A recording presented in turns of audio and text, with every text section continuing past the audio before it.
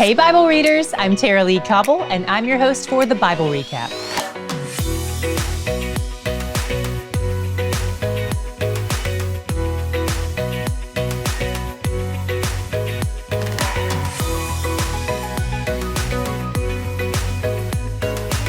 Today we finished our 9th book of the Bible, and we're rapidly closing in on 100 days in the Word, so I think you should do something to celebrate.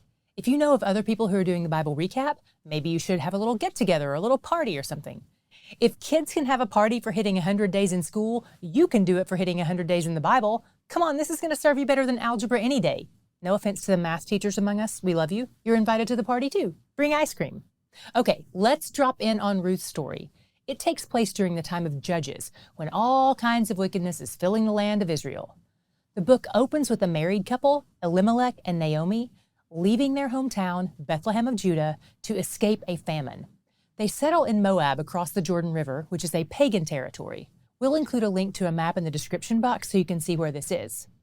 After Elimelech and Naomi and their 2 sons get to Moab, the sons do the very thing Moses warned them against. They marry women who worship other gods. Eventually, Elimelech and his sons all die, leaving Naomi and her Moabite daughters-in-law behind to fend for themselves. Naomi is in dire straits because as a widow with no offspring, there's no way for her to be provided for, and especially not in a foreign land that has no rules for providing for widows like Israel does. Fortunately, she gets word that Bethlehem isn't in a famine anymore, and she packs her bags. She tells her pagan daughters-in-law to go back to their homes where they can start over. Orpah goes back home, but Ruth makes a shocking decision. She attaches herself to a destitute, depressed widow and leaves her country to move to a foreign land. She chooses the hard path. As she's making this commitment to Naomi, Ruth invokes an oath to God, and when she makes that oath, she refers to him as Yahweh. This lets us know that something has happened to the heart of this Moabite. Her allegiance has transferred from her pagan gods to Naomi's God, Yahweh. They make it back to Bethlehem, but Naomi is really bitter at this point. She believes God is mistreating her. She has no idea what's in store. God's blessings were on their way even as Naomi complained about him, and every detail of timing and placement was orchestrated for her good. She sends Ruth to work in the field of one of her relatives to gather barley. They're relying on the laws God set in place in Leviticus 19, which ordered the Israelites not to glean from the perimeters of their field, so that the poor people and the sojourners could gather all the extra and be provided for by the surplus of the rich. Naomi's relative was a landowner named Boaz. He saw Ruth working hard, and he asks about her. This guy is way out of her league. She's a foreign widow, and he's a wealthy leader among the community. This is your classic wrong side of the tracks love story. But Ruth's work ethic and kindness to her mother-in-law catch his eye, and maybe her appearance too, but the book never tells us that. It may be implied, but Boaz only ever praises her character. He says her reputation of love and humility and grace precede her, and he treats her with an extra dose of generosity, even more than the law requires.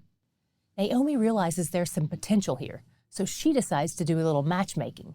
She tells Ruth to stop dressing like a widow and put on some deodorant, and she sends Ruth down to see Boaz at night. There's a lot of ambiguity in this passage. For instance, maybe Ruth just uncovers Boaz's feet so they'll get cold and it wakes him up. But lots of commentators point out that the word feet is often used as a euphemism for a man's private parts. We talked about this briefly on day 31 when we covered the story of Moses and Zipporah, where she circumcised their son Gershom. All that to say, we're not exactly sure what was happening here. It's possible Naomi sent Ruth to seduce Boaz, but given the way Scripture continues to describe them both as upright and virtuous, both before and after this encounter, we should probably conclude that they refrained from anything inappropriate that night. In fact, Boaz calls Ruth a worthy woman. This is the same Hebrew phrase used in Proverbs 31 in reference to a virtuous woman or an excellent wife. And one thing that I find interesting is that most Hebrew Bibles are laid out differently than our English Bibles, and some versions put the book of Ruth immediately after the book of Proverbs, which means that Proverbs 31 flows right into Ruth's story, as though she demonstrates the character of the Proverbs 31 woman in a very practical way. Ruth basically proposes marriage to Boaz. He's interested, but he says there's a problem.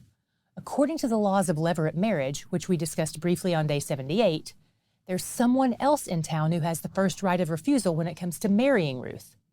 Boaz is a relative, but he's not the closest relative. And as we know, they like to marry the next branch over on the family tree. But Boaz makes an oath that if the man who is a closer relative says no, then he's got her back. Then Boaz fills her coat with more food and sends her home, and he promises to figure out a solution right away. Boaz goes to the city gates where all the local business is done, and he fills the other guy in. But the other guy is not interested because whoever redeems a widow is responsible for producing an heir with her. And this guy doesn't want to diminish his children's inheritance by adding to his own offspring just to help this rando out, so he passes. Normally, this would be considered despicable and selfish, but Boaz was like, works for me. So Boaz and Ruth get married and have a child, and everyone is thrilled. And here's my God shot for today.